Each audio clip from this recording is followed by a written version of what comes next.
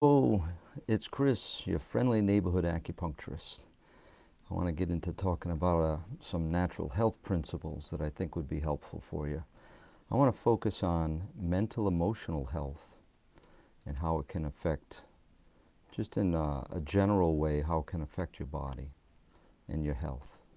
You know, I studied Tai Chi for many years, and I've studied acupuncture and traditional Chinese medicine, and there's a couple of um, phrases that we would often say that I always found was very interesting, and it really pointed me in the right direction when it came to managing my health and helping other people. One of the phrases in traditional Chinese medicine is that emotions often are the root of many health issues. It begins with something very insubstantial, a thought, an idea, and then turns into repetitiveness and something that kind of overwhelms the body from moment to moment. Okay, think about simple emotions like worrying or feeling sad or depressed or anxiety. And over time, it starts unraveling the body's natural rhythms and functions and how it operates, how it rejuvenates, how it heals.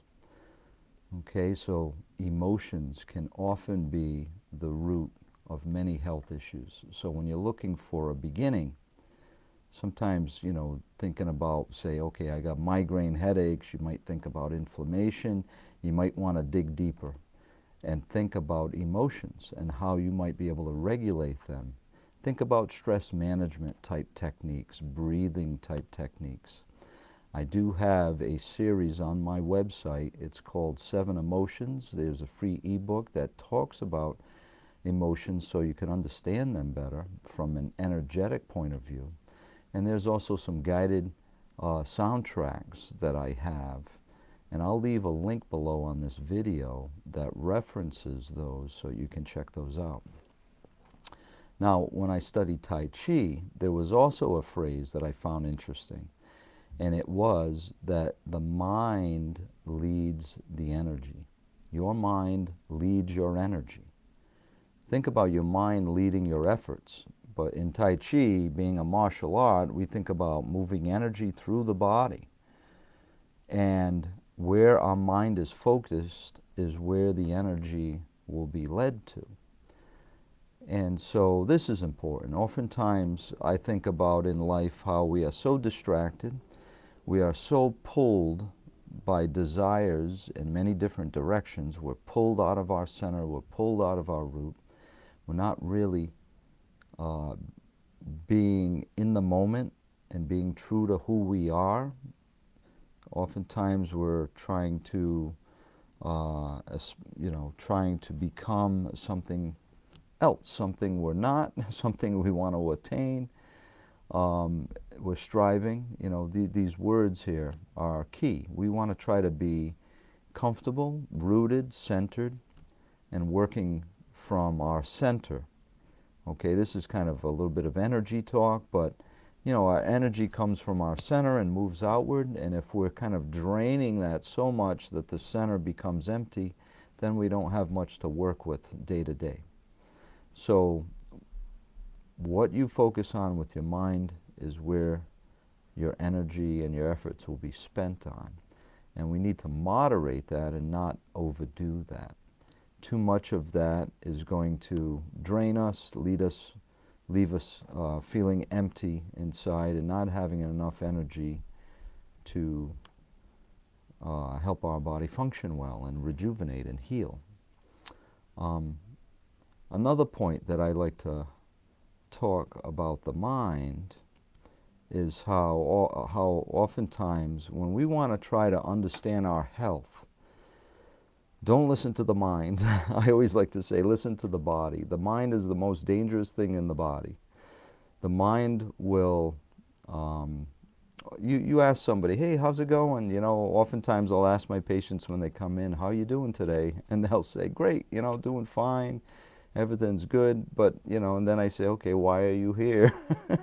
Oh, I've got some aches and pains. I've got some digestive problems. I feel anxious. infertility issues, a variety of things, right? So you ask the mind, how are you doing? The mind can get into survival mode and convince you that everything is good. Things are good. I got it. Yeah, I'm stressed, but I'm handling it. I'm handling it. Okay, let's ask the body. Oh, I'm constipated. I got digestive problems. I get these headaches. I get this back pain. I got to go for a knee replacement. I work 12 hours a day and I'm not sleeping well. All these signs and symptoms are popping out. So when you're trying to assess yourself, uh, it's not the mind that you want to focus on so much and ask how's things going. It's more about take a realistic assessment of your body, how things are going, how things are functioning, and focus on some of the the fundamentals, okay? Sleep. How are you doing sleep-wise? Do you feel rejuvenated and rested when you wake up? Why not? Dig into that, because that can lead to a lot of other health issues that you end up on pills and surgery for that wasn't necessary if you were able to fix your sleep. And I don't mean sleeping pills, okay? Naturally support the rhythms in your body that allow you to sleep. If you don't understand, you seek out professional help. I can help you. Reach out to me. Okay, another fundamental would be diet and digestion. Are you eating well? Are you supporting your energy? Diet is important in sleeping. If you're not sleeping well, it could be your diet. And maybe not what you're eating, but when you're eating. It's not good to eat too close to bedtime, for example. Knowing these things will put you on a better path. And also, not only diet and what you eat, but are you digesting your food well? Do you have digestive discomfort often? Heartburn, bloating, gas, gurgling sounds in your belly, uncomfortable feelings. Do you feel tired after you eat? That's a symptom. That's a problem. You didn't have enough energy to digest your food, or you ate too much. Okay, and you're losing energy. In the eating process, we're supposed to be gaining energy, right? So there's some tips that I think can be helpful in regards to natural tips for mental, emotional health. I hope you found this interesting. If you have any questions, let me know. And until next time, keep on the sunny side.